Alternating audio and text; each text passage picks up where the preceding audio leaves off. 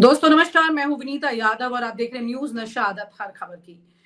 एक खबर ये है कि जो एप्स्टाइन फाइल को लेकर इतना बवाल मचा हुआ है, भारत में भी, भारत के बाहर तमाम अलग और देशों में, और इसका जो जहाँ से इसका ओरिजिन निकल रहा है पूरा का पूरा यानी अमेरिका से, वहाँ पर एक बहुत ज़्यादा हंगामा इसको लेकर के चल रहा है। खबर ये आ रही है कि हिलरी क्लिंटन जो हैं, पूर्व राष्ट्रपति बिल क्लिंटन उनकी पत्नी, उन्होंने ये आरोप लगाया है कि ट्रम्प प्रशासन जो है इस फाइल को अ, खुल कर के सामने नहीं ला रहा है। हमारे साथ चर्चा करने के लिए वरिष्ठ पत्रकार शीतल पी सिंह जी जुड़ रहे हैं। सर से हम इस बात पे चर्चा करेंगे आखिरकार ये सामने नहीं लाने की क्या बड़ी वजह है। और सर ये एक सवाल ये उठता है कि ट्रंप मतलब कितना क्लैरिटी से इस एप्स्टाइन फाइल को सामने रख रहा है, क्योंकि भारत के भी बड़े पद इस घेरे में आ रहे हैं, ब्रिटेन के भी आ रहे हैं, तमाम और लोग हैं जो कि इसमें घिर चुके हैं। तो आखिरकार ट्रंप चाहते क्या है? क्या वाकई में वो छुपा रहे हैं और बंद दरवाजे से पीछे धीरे धीरे करके चीजों को निकाल रहे हैं? देखिए, जितने डॉक्यूमेंट्स अभी तक आए हैं उनमें सब में वो लिखा हुआ रिडेक्टेड हैं वो सारे के सारे। उनमें काफ़ी चीज़ें तो रोकी गई हैं, ये सही है। और जो अभी तक आए हैं वो एडिटेड हैं एक हद तक कि उसमें से वो चीज़ें उन्होंने निकाली हैं जो सीधे डैमेज न करें। लेकिन जितनी हम्म। आई है उससे लगता है कि ट्रंप का एसोसिएशन तो एप्स्टीन के साथ बहुत गहरा था। अब हम्म। अगर गहरा था और कुछ चित्र भी ऐसे आए हैं जो उनको वहां तक पहुंचाते हैं जहां उन पे पीडोफिलिया वाला मामला लग सकता है। अब क्या वो स्टेज है डॉक्यूमेंट्स में या नहीं है, हमें नहीं पता। लेकिन चीजों को छुपाने से जरूर इस तरह की शंकाएं बढ़ती हैं। और अगर हिलरी क्लिंटन इस बात को कह रही हैं तो हो हम्म। सकता है कि उनके पास कुछ और जानकारियां हो, चूंकि वो लोग प्रशासन में रहे हैं, उनके पति राष्ट्रपति रहे हैं और वो डेमोक्रेट सबसे बड़ी नेता है इस समय। तो और उन लोगों ने बयान भी दिया है कि वो सहयोग करेंगे जांच में और आगे जो भी कार्रवाइयां होंगी। तो हो सकता है कि कोई ऐसी चीज बड़ी हो जो इस समय के मौजूदा राष्ट्रपति के लिए समस्या बन सके, इसलिए उसको छुपाने की कोशिश हो रही हो। इसमें कोई शंका नहीं करनी चाहिए, ऐसा बिल्कुल हो सकता है।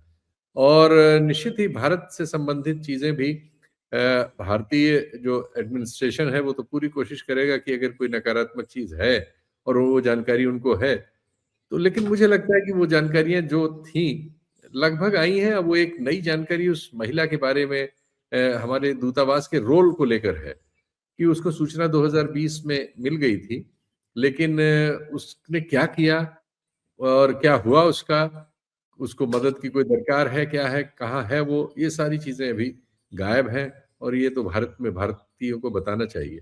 जी। जी सर, क्योंकि बीबीसी को उन्होंने इंटरव्यू दिया है और उस इंटरव्यू में उन्होंने ये बात कही है। एक हम्म। बड़ा पैटर्न देखने को मिल रहा है सर इस पूरी परिस्थिति में। जी। जिस तरह से एप्स्टाइन फाइल को लेकर के विदेश में तमाम ऐसे चेहरे सामने निकल कर आ रहे हैं जो बहुत गंभीरता से इस बात को ले रहे हैं, जिन्होंने हम्म। इसको इतना बड़ा इशू समझा हुआ है, जबकि मॉडर्निज्म और पता नहीं ना जाने रिश्तों को लेकर के हम बोलते कि वेस्टर्न कल्चर से क्या ही सीखेंगे, भारत से सीखिए।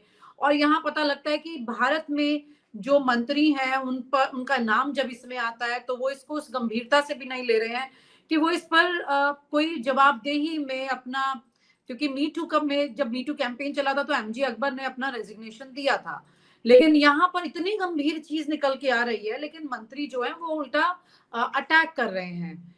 मतलब ऐसा लग रहा है जैसे बीजेपी यहाँ पे भारत में उल्टा हमलावर हो गई है सामने विपक्ष पर। जी। देखिए, भारत में तो ये खैर इस तरह की परंपरा रही है। एमजे अकबर को भी काफी समय लगा था और शुरू में उनको बचाने की कोशिशें भी हुई थी, लेकिन वो तो जो उनके विक्टिम थे वो सब लोग अड़े रहे अपनी बातों पर और बहुत उन्होंने साहस के साथ कोर्ट्स तक में उसका मुकाबला किया। और सारे अपमान और सारे दंश को सह के एक पुरुष प्रधान समाज में ये बहुत आसान नहीं होता किसी भी स्त्री के लिए। और अनेक स्त्रियों ने उस मामले में एक स्टैंड लिया जी। था, वहां तक पहुंचे।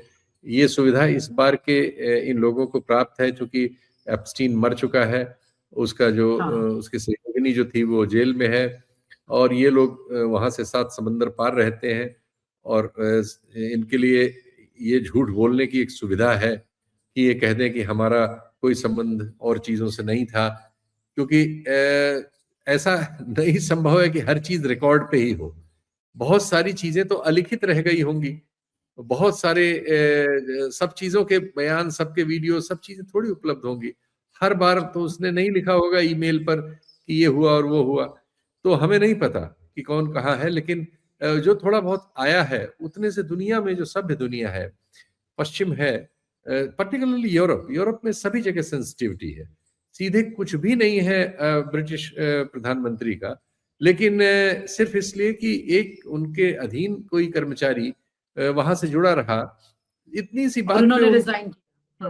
उनको लेने देने का पड़ रहा है। और मतलब मतलब उनका कोई सीधे डायरेक्ट हाँ, नहीं है ना। और उस कर्मचारी ने रिजाइन कर दिया है, मतलब जो जानकारी है रिजाइन उसमें। कर दिया है, स्लोवाकिया में कर दिया, नॉर्वे में बहुत से रेजिग्नेशन हो गए। और जिस संस्था वो आईपीआई है, क्या नाम है, जिस संस्था में हरदीप पुरी काम करते रहे, उस संस्था को एप्स्टीन ने फंड दिया हुआ है। उस संस्था से एप्स्टीन के रिश्ते बहुत ज्यादा बड़े स्तर के हैं, उसमें बहुत सारी चीजें, और वहां ये काम करते रहे और फिर ये भी एप्स्टीन से मिलते जुलते रहे। इतने से कम इतनी नैतिकता तो बनती ही है कि जब आपको सब तथ्य पता हो गए कि एप्स्टीन क्या था क्या नहीं था, आप बेनिफिट ऑफ डाउट ले रहे हैं कि आपको नहीं जानकारी थी कि 2008-9 में क्या हुआ। लेकिन अब जब आपको जानकारी है तो एक मॉरल चीज भी तो होती है, एक नैतिक आभा भी तो होती है। लेकिन लगता है कि वो इस दौर के निजाम में कहीं किसी में नहीं है। और इस पूरे मामले को सीधे सीधे भारत के स्तर पर तो हम यही देख रहे हैं कि इसमें कोई किसी गंभीरता से इसमें मतलब इसमें शामिल होना नहीं चाहता, बल्कि चुपचाप चाहते हैं कि ये किसी तरह दरी के नीचे बात चली जाए। सर, इसमें इनका ये कहना है हिलरी क्लिंटन का कि जितने भी दस्तावेज हैं वो सब सार्वजनिक कर दिए जाएं, कुछ भी छिपाया ना जाए। उससे जुड़े हुए जो लोग हैं, जो उसमें अपने विटनेस या जो लोग जिंदा है, जो अपनी बात कह सकते हैं, उन्हें आने दिया जाए, एक एक करके उन्हें गवाही ली जाए। लेकिन जी यहाँ पर परिस्थिति ये दिख रही है जैसे कि क्योंकि ट्रम्प के कंट्रोल में ये सारी चीजें, और ट्रम्प इन दिनों जिस तरह से दूसरे देशों के साथ नेगोशिएशंस कर रहे हैं, तो क्या ये फाइल भी उस इंटरनेशनल रैकेट का सर्किट का हिस्सा हो सकती है, जहां पर एक अलग तरह की, एक अलग लेवल की ब्लैकमेलिंग चल सकती है, जहां कोई व्यक्ति विशेष खुद को बचाने के लिए देश के साथ भी कुछ ऐसी डील्स कर सकता है जो जिसमें इसका खुद का बचाव हो रहा हो, भले ही देश को नुकसान हो। क्या पॉसिबिलिटीज हैं ये सब? देखिए, एप्स्टीन का अस्तित्व ही ये साबित करता है कि दुनिया में जो सर्वोच्च शिखर है हमारी दुनिया के, जो आर्थिक रूप से और सामरिक रूप से सफल रहे, जिन्होंने एक सदी में दुनिया का नेतृत्व किया, जिन्होंने अपने आप को खुद दुनिया का दरोगा नियुक्त कर रखा था, जिन्होंने बहुत सारे इंस्टीट्यूशंस बनाए जिनके सारे मतलब प्रस्तावनाएं जो है नैतिकता पर आधारित थी, वो सब लोग जो है हम उनको पा रहे हैं कि वो सचमुच वैसे नहीं थे जैसे हम उन्हें जानते थे। हम उन्हें पा रहे हैं कि वो वैसे ही कमजोर और गलत लोगों में रहे हैं, जैसे दुनिया में हम अपने देशों वगैरह में देखते थे और सोचते थे कि जो सभ्य दुनिया है उसमें इस तरह की विकृतियां इस लेवल की नहीं है। हमारे यहाँ तमाम बालिका गृहों वगैरह के बहुत सारे अत्याचारों की खबरें हम जानते, पढ़ते, सुनते रहे हैं। जी हम जी। जानते हैं आजकल हमारे यहाँ बहुत सारे बच्चे जो है किडनैप होते हैं और हमें नहीं मालूम कि उनके साथ, उसमें ज्यादातर बच्चियां होती हैं, तो हम उनकी कुछ टूटी फूटी सूचनाएं हमारे पास होती हैं, उनको संयोजित करके हम एक इस तरह से बड़ा आरोप या इस तरह की कोई बड़ी जांच करने लायक भी हमारे पास, हमारा सिस्टम भी इस तरह का वो नहीं है, उत्साहित नहीं होता। कोर्ट्स वगैरह भी ढीली ढाली हैं, लोगों को जमानतें मिल जाती हैं। जो जो मतलब गलत लोग होते हैं उनको आसानी से जमानतें हमारे यहाँ हमारे जैसे सिस्टम में मिल जाती हैं। अमेरिका में कम से कम ये ताकत है कि इस मामले का सामने आने के बाद वहां की संस्थाओं ने इसका एकदम जबरदस्त इसकी इंक्वायरी की। जितनी वो सूचनाएं जुटा सकते थे, जो संभव था, वो ज्यादातर उन्होंने जुटा ली। अब भले ही उसको छिपाने की कोशिश हो रही है, फिर भी इतना सब बाहर आया है कि छिपते छिपते भी बहुत कुछ, एक परिदृश्य तो सबके सामने है दुनिया में। बहुत मनुष्यता देख भयानक है सर, बहुत भयानक है ये। जो है सामने वो इतना भयानक है और इतना बुरा है और इस तरह का है कि उसको मतलब उसके बारे में बहुत जुगुप्सा होती है, अजीब सा फील होता है उस पर बातचीत करना या उसको पढ़ना, उसको जानना, उसके चीजों को सुनना। लेकिन वो समाज कम से कम उस गड़बड़ी से लड़ने की कोशिश करता हुआ मिल रहा है। वहां एक लोकतांत्रिक व्यवस्था है जो इस तमाम गड़बड़ियों के बावजूद आज भी अपने राष्ट्रपति तक को निशाने पर ले रही है। मेमे बन रहे हैं, उनकी आलोचना हो रही है, कार्टून बन रहे हैं, बात कही जा रही है, खबरें आ रही हैं, तमाम चीजें हो रही हैं। हमारे यहाँ एकदम मुर्दनी छाई हुई है और हर बात पर कोशिश यही होती कि उसको दरी के नीचे कर दिया जाए। उत्तराखंड में अंकिता वाला मसला दरी के नीचे है। अभी पटना में जो कांड हुआ था हमें नहीं पता, बालिका गृह वो वाला जो तो चलिए, हॉस्टल्स में लड़कियों को बिल्कुल मतलब लड़की की बालिका जान गृह चली में जाती है इसके लिए। बालिका गृह में जो हुआ था वो एक पत्रकार की मेहनत, संतोष की मेहनत से बहुत चीजें सामने आई, उसमें थोड़े बहुत दंड मिले लोगों को। लेकिन अभी हमारे यहाँ पता नहीं कहाँ कहाँ क्या क्या हो रहा है, चूंकि हमारे यहाँ इस तरह से जांच वगैरह करने वाले और जवाबदेह प्रशासन नहीं है। हमारे यहाँ कोई किसी चीज का जवाब ही नहीं देता। जो संस्था जहाँ जिस चीज के लिए जिम्मेदार है, आप उससे कुछ जानकारी नहीं ले सकते। जो जानकारी पाने के हमारे हक थे उन सबको डाइल्यूट कर दिया गया इस दौर में, आरटीआई वगैरह को, और उनको धीरे धीरे ऐसा कर दिया जा रहा है कि उनसे आपको कुछ पता न चले। बहुत सारी संस्थाओं से उनको अलग कर दिया गया है। प्रधानमंत्री जी से जुड़ी हुई किसी चीज का आप कोई जानकारी नहीं ले सकते। देश के कुछ क्रोनी कैपिटलिस्ट हैं, उनसे संबंधित जानकारियां भी आपको नहीं मिलती। कोर्ट्स वगैरह में तो पहले ही मुश्किल था। तो बिल्कुल और सही। बहुत सारे इंस्टीट्यूशंस ने सुरक्षा और दूसरे कारणों के बहाने बना लिए हैं और उनको मौका दे दिया गया है। और दूसरे इंस्टीट्यूशंस के हेड इस तरह से चुने जा रहे हैं जिनकी नौकरियां सरकार के रहमो करम पर हो गई हैं, तो वो सरकार से संबंधित कड़े मामलों में बड़े फैसले ले नहीं सकते। तो कुल मिला जुला के जो परिदृश्य हमारे यहाँ तो बड़ा अजीब है, लेकिन वहाँ कम से कम इसकी कशमकश चल रही है। और अभी तो आधे से कम डॉक्यूमेंट्स आए हैं। अभी कहा जा रहा है कि उससे ज्यादा डॉक्यूमेंट जितने आए उससे ज्यादा अभी नहीं आए हैं। जो आए हैं वो भी रिडेक्टेड है। तो बहुत सारी सूचनाएं हम उम्मीद करते हैं कि वहाँ की डेमोक्रेटिक इंस्टीट्यूशंस पब्लिक धीरे धीरे करेंगे, और हो सकता है कि उसकी पहुंच जो है जहां तक हम अनुमान लगा रहे हैं वहां तक पहुंचे, और वहां इस तरह के भी फैसले हो जाएं। नवंबर में वहां फिर से चुनाव ना अक्टूबर नवंबर में है, वो एक बड़ी वहां जिसकी बड़ी प्रतीक्षा हो रही है। उससे एक टेस्ट भी होगा कि क्या ट्रंप अपनी लोकप्रियता के उसी शिखर पर है जिसकी वजह से वो राष्ट्रपति बने थे, या उन्होंने कुछ गंवा दिया है, और इन सब चीजों का क्या असर पड़ा है, और अमेरिकी समाज उस सब को कैसे ले रहा है। ये सब चीजें वर्षांत तक साफ होंगी। फिलहाल तो अभी ट्रंप अपना जो भी चाह रहे हैं करने की कोशिश करते हुए हमें नजर आ रहे हैं, लेकिन एप्स्टीन फाइल्स ने निश्चित तौर पर सभ्य दुनिया को एकदम झकझोर के रख दिया है। बिल्कुल सर, ये इस तरह के सच होते हैं जो कि जब खुलकर सामने आते हैं तो बहुत बड़े बदसूरत रूप में दिखाई देते हैं कि हमारा समाज कहाँ है। क्योंकि मैंने खुद बहुत लंबे वक्त इन्वेस्टिगेशन में इसी तरह से बच्चियों को बचाना, रेड करना, रैकेट को बस्ट करना, ये सब किया है। तो मैं समझ सकती हूँ कि जो आप कह रहे हैं कि कहाँ कहाँ क्या क्या हो रहा है, ये मैं समझती हूँ कि कहाँ कहाँ कितना क्या क्या हो रहा है। अभी भी मुझे कितनी बार अलग अलग इस तरह के इनपुट्स मिलते हैं सोर्सेज से ये सब हो रहा है। यहाँ पर सर एक केस मुझे याद आता है संजना जॉन के ब्रदर का, आनंद हम्म, जॉन, जो कि हम्म, कई साल पहले अमेरिका में एक फैशन डिजाइनर के तौर पर वहां पर स्टैब्लिश हो रहे थे। फिर उन पर रेप केसेस लगते हैं। 12 रेप केसेस में उन्हें 59 इयर्स की जेल होती है। हम्म, मतलब जो उम्र भी खत्म हो जाए तो जेल खत्म ना हो, और वो लगातार जेल में हैं। और हम्म, उनकी परिवार का, उनकी माँ और बहन का ये कहना था कि क्योंकि वो अमेरिका में इंडियन है और एक बहुत अच्छी शिखर पर जा रहे थे, टाइम्स मैगजीन के फ्रंट पेज पर आ गए, तो उनके खिलाफ एक लॉबी ने ये पूरी कॉन्स्पिरेसी की। क्योंकि मैंने उसके कई दस्तावेज खुद देखे, कई साल पुरानी बात है, मैंने खुद सारी चीजें जांची थी। तो लगता था कि हाँ, सडनली एकदम से 12 लड़कियां रेप केस करने कैसे आ गई। आपको पता लग जाता है, एक माइंडसेट दिख जाती है उस सिचुएशन का। तो बड़ी बात ये कि जहां पर वो ऐसे देश हैं जहां ये सब होता है। सर हमारे देश में यहाँ पर निर्भया के केस में, वहां पे तो वो अभी तक जेल काट रहे हैं, जिसमें मतलब यहाँ निर्भया सामने चली गई है, मतलब हमने वो केस भी कवर किया। और यहाँ पर वो नाबालिग बच निकलता है क्योंकि वो सिर्फ अपने रजिस्टर के अंदर अपनी डेट चेंज करा लेता है। तो सर बड़ी बात ये कि हमें कितने साल लगेंगे ऐसी सिचुएशन से जूझकर निकलने में, एक क्लैरिटी आने में। मतलब अपनी जिंदगी में तो मुझे लगता नहीं कि हम वो कुछ क्लियर देख पाएंगे चीजें। जहां पे ये कहा जाता है कि 56 इंच का सीना है और इतने बड़े चेंजेस कर रहे हैं, वहां ये वाले हिस्टोरिक बदलाव क्यों नहीं देखने को मिल रहे हैं। हिस्टोरिक यूजीसी, ये यूसीसी और ये सब मिलता है, बट ये नहीं मिलता सर।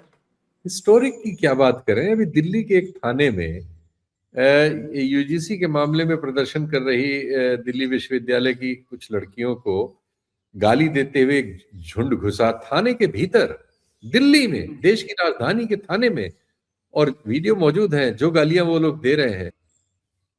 आके वो बिल्कुल खुलेआम कह रहे हैं कि मतलब वो सब उन शब्दों को दोहराना मुश्किल है, गालियां दे रहे हैं जैसे गालियां हमारे यहाँ सड़क पे औसत लोग देते हैं, जो स्त्रियों के अंगों से संबंधित होती है, उनके रिश्तों से संबंधित होती है।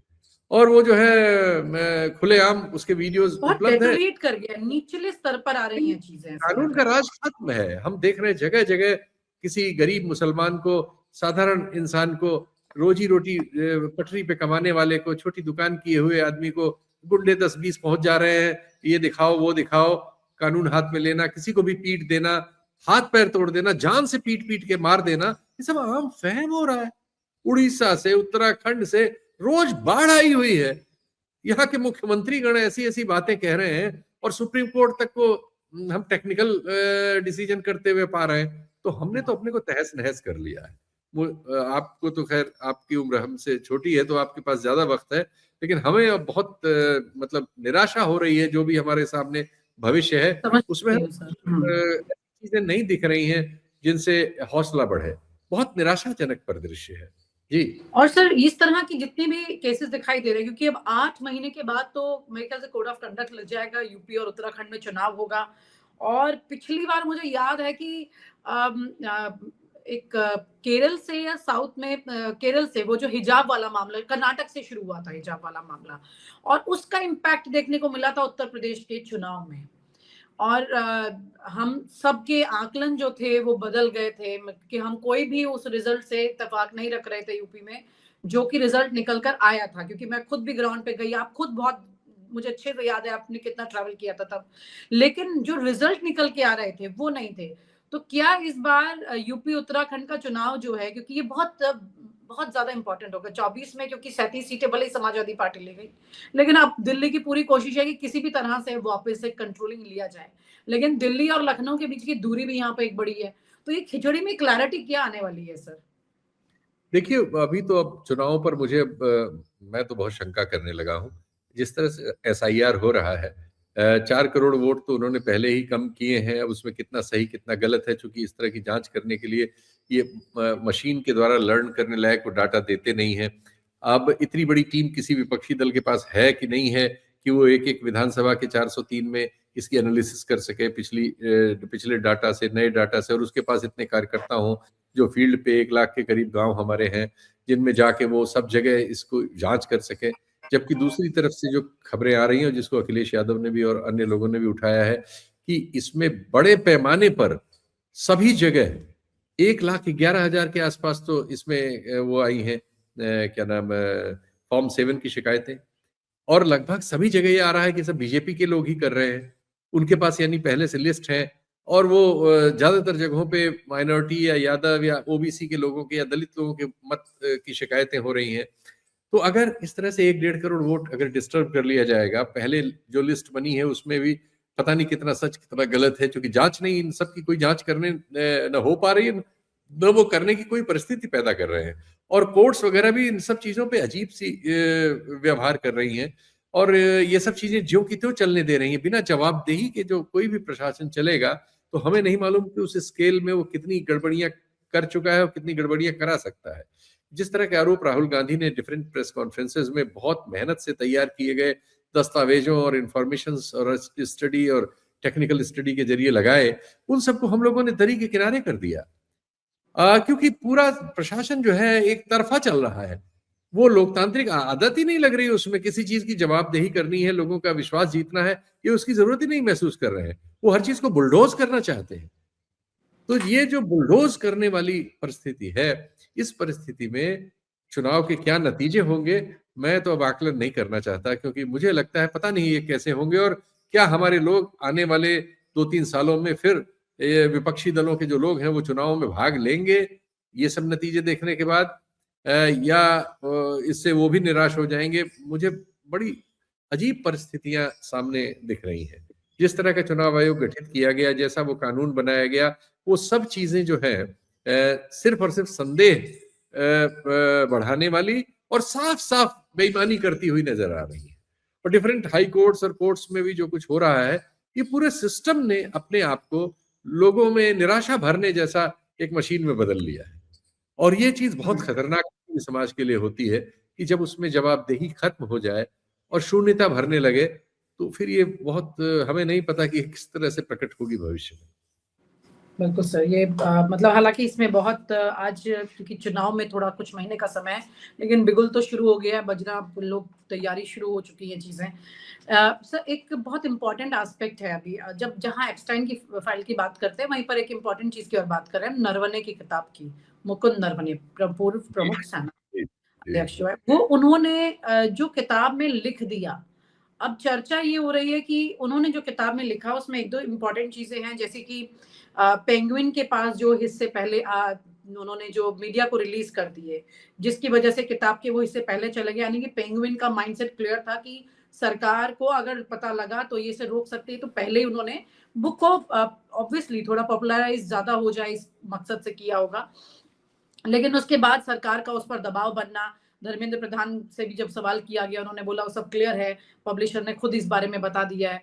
तो पॉइंट ये है कि यहाँ पर नरवणे ने किताब में अपना कॉन्वर्सेशन लिखना कितना जरूरी था, उस रात की बात का कॉन्वर्सेशन इतना जरूरी, वो बातचीत बाहर आनी जरूरी क्यों लगी उन्हें?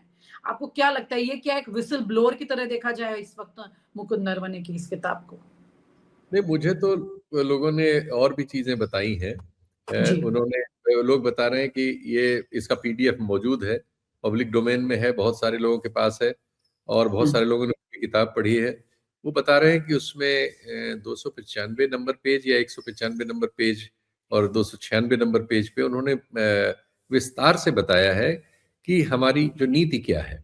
हमारी दो दो सीमाएं हैं, एक पाकिस्तान के साथ और एक चीन के साथ। एक को हम एलओसी कहते हैं, लाइन ऑफ कंट्रोल, और एक को एलएसी कहते हैं, लाइन ऑफ एक्चुअल कंट्रोल। तो जो एक्चुअल। चाइना के साथ है हम इसको एलएसी कहते हैं। एलएसी के लिए हमारी जो हम, चूंकि हमारा तो सिस्टम पॉलिटिक्स द्वारा नियंत्रित है ना, हम कोई सैनिक शासन नहीं है, तो हमारे जो जो सेना है वो पॉलिटिकल जो मास उसके हेड हैं उनसे अधिकार लेती है किसी भी कार्रवाई के लिए या एक किसी नीति के लिए। तो हमारी इस मामले में नीति है, जो नीति हमारी एलओसी पे है वो नीति एलएसी पे नहीं है।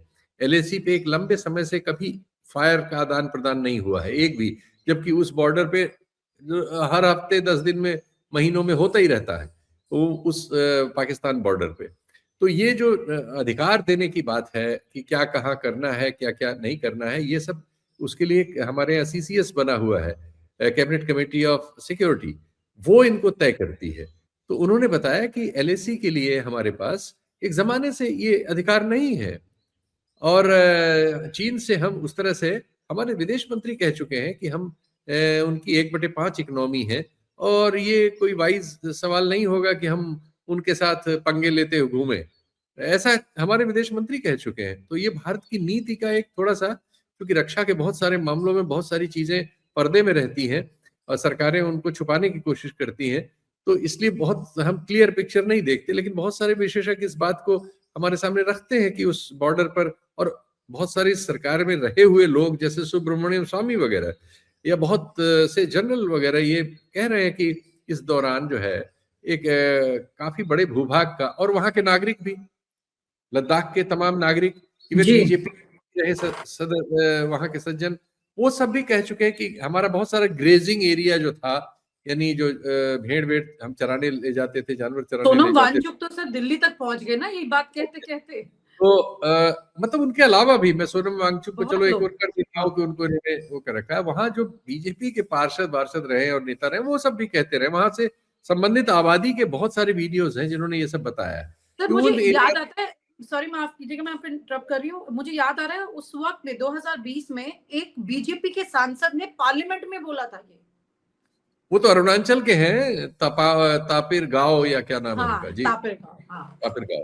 तो वो तो हाँ। सही है, उन्होंने बोला था अरुणाचल में कि कितना एरिया उन्होंने ले लिया है, बीजेपी के वो भी सांसद। 2020 की बात है। बिल्कुल बिल्कुल। तो ये सच्चाइयां हैं। अब इन सच्चाइयों पे दूसरी ओर प्रधानमंत्री का बयान है, न कोई आया है, न कोई घुसा है, न कोई वगैरह वगैरह। अब जब उसमें ये फैक्ट हमारे सेनापति के द्वारा आता है, सेनाध्यक्ष सेनापति एक ही बात है, तो वो जब एक बता रहे हैं कि इस फला तारीख को इस चाइनीज टैंक चले आ रहे थे और 2.5 घंटे लगे और हमें डिसीजन नहीं मिला, और बाद में एक लाइन का जवाब ऐसा आ गया कि मेरे हाथ में गर्म आलू पकड़ा दिया लोगों ने। हाँ पता तो था हम इसको कि देखें आप कि जो उचित समझे वो कीजिए। हाँ, तो जो आप बताइए कि ये क्या ये सच है? और नहीं सच है तो बताइए उस रात क्या ये हुआ था? क्या चाइनीज टैंक आ रहे थे? हमारी नॉर्दर्न कमांड ने, भाई नॉर्दर्न कमांड ने, ये सब चीजें तो रिकॉर्ड पे होंगी, क्यों नहीं इसको एक पार्लियामेंट्री कमेटी वगैरह जांच कर लेती? ऐसे देश को ऐसे भ्रम में क्यों रखा जा रहा है? रक्षा का सवाल है, देश की संप्रभुता का भी सवाल है। ठीक है, चीन के अपने दावे हैं बॉर्डर पे, दावा हमें नहीं पता हमारा सही है कि उनका सही है, हम उसको बातचीत से हल करना चाहते हैं, बहुत अच्छी बात है। वो बड़ी इकोनॉमी है, उसकी बड़ी हमसे ताकत है, बिल्कुल ठीक है। ये हम नहीं कह रहे कि आप जाके उसमें ओखली में सिर दे दीजिए, देश को विश्वास में तो लीजिए, देश को इन्फॉर्म तो कीजिए। देश को अनइन्फॉर्म्ड रख के अविश्वास में क्यों आप रखे हुए? ये तो इनके तो उत्तर चाहिए ना देशवासियों को। देश सिर्फ आपका नहीं है कि आप प्रधानमंत्री हैं या रक्षा मंत्री हैं या कोई मंत्री है, देश हर नागरिक का है। जो 22-23 बच्चे, 22-23 हमारे नौजवान इस किरमिश में गलवा में मारे गए, वो किसी राजनेता के बच्चे नहीं थे, वो साधारण लोगों के बच्चे हैं। वही सीमा पर लगे हुए हैं, कुछ होगा तो वही पहले मारे जाएंगे, आप तो सुरक्षित होंगे बंकरों में। तो उनके लोगों को ये पता ना हो कि वो किस लिए मारे जा रहे हैं, और उनको ये पता हो, उनको ये हक नहीं है, छुपाने का हक आपको है। ये तो नहीं हो सकता। हो ये रहा है, बात ये है। छोड़ दीजिए पब्लिशर ने क्या कहा, किताब ने क्या कहा, टेक्निकली क्या है नहीं है, कुछ बातें तो सत्य है। किताब लिखी गई है, नरवणे साहब ने इसको नहीं किया है, बातचीत हुई है। पेंगुइन को प्रकाशन के राइट उन्होंने दिए थे, किसी ने नहीं कहा है। पेंगुइन ने उसकी प्री बुकिंग शुरू कर दी थी अमेजन और सब पर, कोई इससे इनकार नहीं कर रहा है। नरवणे साहब ने उसका ट्वीट आगे बढ़ाया था कि इसकी प्री बुक कर लीजिए, कोई इससे इनकार नहीं कर रहा है। इतनी चीजें अगर तथ्य है तो किताब एग्जिस्ट करती है, किस फॉर्म में है उस पर आप झगड़ा करते रहिए। जो किताब एग्जिस्ट करती है उसका एक फैक्ट सामने है।